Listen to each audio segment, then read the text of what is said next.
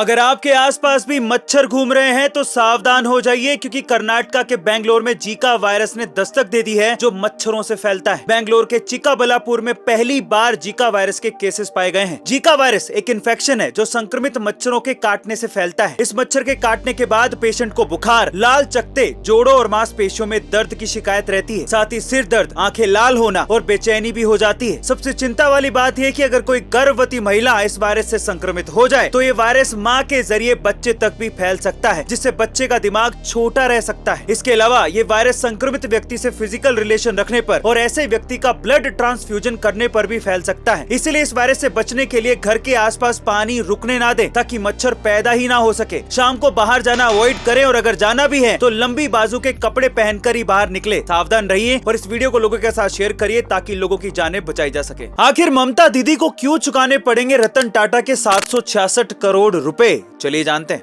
दरअसल ये बात है साल 2006 की, जब रतन टाटा की कंपनी टाटा मोटर्स ने उस समय के पश्चिम बंगाल के मुख्यमंत्री बुद्धदेव भट्टाचार्य से अनुमति लेकर वहां पर नैनो कार बनाने का प्लांट शुरू करने का फैसला लिया था। इस प्लांट के लिए टाटा मोटर्स ने वहां के 13,000 किसानों से लगभग 1,000 एकड़ जमीन भी खरीद ली थी। लेकिन विपक्ष में बैठी ममता बनर्जी ने यह कहकर इस प्लांट का विरोध करना शुरू कर दिया कि टाटा मोटर्स ने जबरदस्ती किसानों से जमीन हथिया ली। प्रोजेक्ट के खिलाफ हो रहे विरोध और उसमें की जा रही पॉलिटिक्स को देखकर रतन टाटा ने यह प्लांट पश्चिम बंगाल के बजाय गुजरात में शुरू करने का फैसला लिया था। बाद में जब ममता बनर्जी सरकार में आई तो उन्होंने एक विधेयक के जरिए सारी जमीन किसानों को वापस दे दी, पर टाटा मोटर्स ने इस विधेयक को चुनौती देते हुए कंपनसेशन की मांग की थी। और अब इस पर कोर्ट ने पश्चिम बंगाल सरकार को नैनो फैक्ट्री बंद करने के लिए टाटा मोटर्स को 766 करोड़ रुपए हर्जाने के तौर पर देने का आदेश दिया है। और इस तरह से रतन टाटा की दीदी पर जीत हो गई। पाकिस्तान से बांग्लादेश को अलग करके पाकिस्तानी सेना के 93,000 सैनिकों को घुटने टेकने पर मजबूर करने में भारतीय सेना के एक ऑफिसर की सबसे अहम भूमिका थी, जिस पर अभी विकी कौशल अभिनीत सैम बहादुर मूवी भी रिलीज हो रही है। क्या है इसकी कहानी, चलिए जानते हैं। सैम मानेकशॉ के बचपन से ही बहुत नीडर और बहादुर होने की वजह से उनके चाहने वाले उन्हें सैम बहादुर के नाम से पुकारते थे, लेकिन उनका असली नाम होर्मुज जी फ्रामजी जमशेद जी मानेकशॉ था। बचपन में वो डॉक्टर बनना चाहते थे, लेकिन उनके पिताजी ने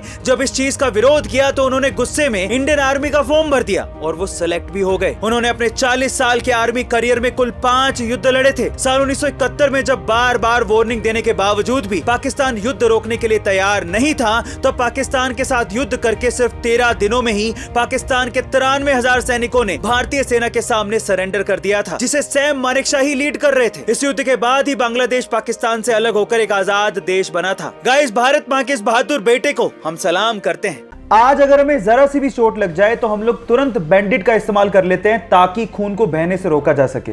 लेकिन क्या आपको पता है कि बैंडेड के इन्वेंशन से पहले यह काम कैसे होता था? मैं आपको बताता हूं। पुराने जमाने में खून के थक्के को जमाने के लिए या फिर खून के बहाव को रोकने के लिए मकड़ी के जाले का इस्तेमाल होता था। जी हां गाइस, क्योंकि मकड़ी के जाले में विटामिन के होता है तो वो खून के थक्के को जमाने में मदद करती है।